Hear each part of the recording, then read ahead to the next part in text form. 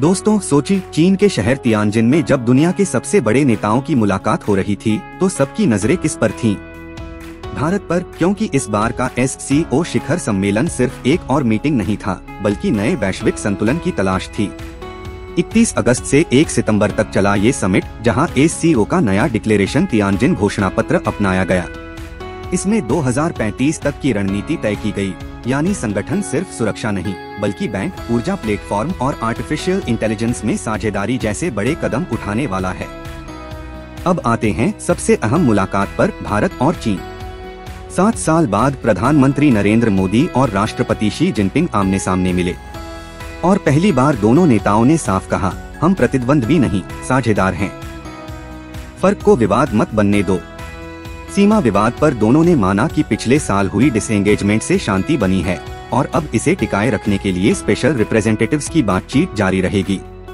इसके साथ ही सीधे फ्लाइट्स, वीजा आसानी और कैलाश मानसरोवर यात्रा को दोबारा शुरू करने पर चर्चा हुई। व्यापार में भारत का सबसे बड़ा दर्द, चीन से भारी घाटा। मोदी और शी ने तय किया कि अब निवेश और व्यापार बढ़ेगा, लेकिन भारत का घाटा कम करने के लिए राजनीतिक स्तर पर खास कदम उठाए जाएंगे। और सबसे दिलचस्प बात, चीन ने कहा कि वो भारत की 2026 की ब्रिक्स अध्यक्षता का समर्थन करेगा। अब बात रूस की। 1 सितंबर को मोदी और व्लादिमीर पुतिन की मुलाकात ने एक बार फिर दिखा दिया कि भारत-रूस का रिश्ता सिर्फ पुराना नहीं बल्कि आज भी मजबूत है। दोनों ने special and privileged strategic partnership दोहराई। व्यापार आंकड़े चौंकाने वाले थे। 68.7 अरब डॉलर का व्यापार 2024-25 में और लक्ष्य है 100 अरब डॉलर 2030 तक। ऊर्जा आपूर्ति और राष्ट्रीय मुद्राओं में भुगतान पर भी सहमति बनी, यानी डॉलर पर निर्भरता कम करने की कोशिश। और हाँ, यूक्रेन संकट पर मोदी ने साफ कहा, अब वक्त है स्थायी युद्ध विराम और शांति समाधान का।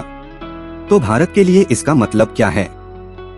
पहला, चीन के साथ सीमा शांति और आर्थिक संतुलन पर नया रोडमैप। दूसरा, रूस के साथ ऊर्जा सुरक्षा और रुपए रूबल व्यापार से नई आर्थिक मजबूती। तीसरा, SCO के मंच से भारत ने फिर साबित किया कि चाहे बहुपक्षीय व्यवस्था हो या वैश्विक शांति पहल, भारत एक संतुलनकारी ताकत है। भविष्य की नीतियां जो उभर सकती हैं।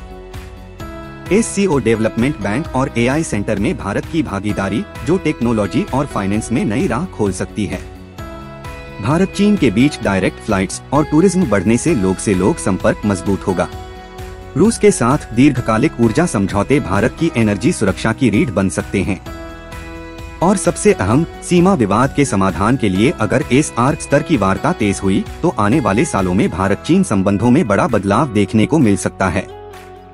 दोस्तों, तियानजिन का ये SCO सम्मेलन हमें याद दिलाता है, दुनिया बदल रही है और भारत हर बदलाव के बीच में खड़ा है। अब सवाल ये है, क्या भारत इस नए बहुध्रुवीय संसार में अपने लिए सबसे सही जगह बना पाएगा? आपको क्या लगता है? भारत चीन और भारत रूस की ये नजदीकियां हमारे भविष्य को कैसे बदलेंगी? कमेंट में जरूर लिखें।